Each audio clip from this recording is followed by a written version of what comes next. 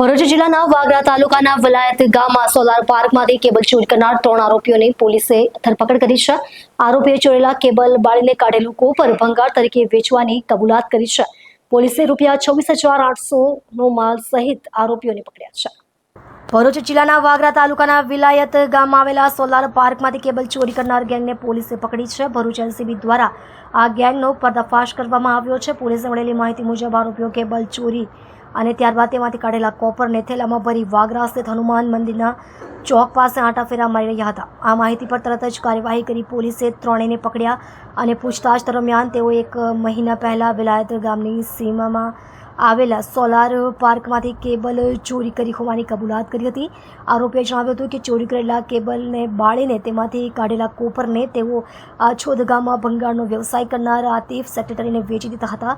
આ તમામ વાતો તેમણે પોલીસ સમક્ષ કબૂલ કરી। પોલીસને નવી નગરી અને ભેરસમ ગામના રહીશ આરોપીઓ નિકુલ જીતુ રાઠોડ, અજય અશોક રાઠોડ અને આતિફ યુસુફ સેક્રેટરીની ધરપકડ કરી છે। પોલીસે ₹26,800 નો મુદ્દામાલ પણ જપ્ત કર્યો છે। વાગરા પોલીસ દ્વારા આ કેસમાં આગળની તપાસ ચાલુ છે અને ચોરીની ઘટનામાં સામેલ અન્ય સંભવિત આરોપીઓને પકડવાની કાર્યવાહી હાથ ધરવામાં આવી રહી છે।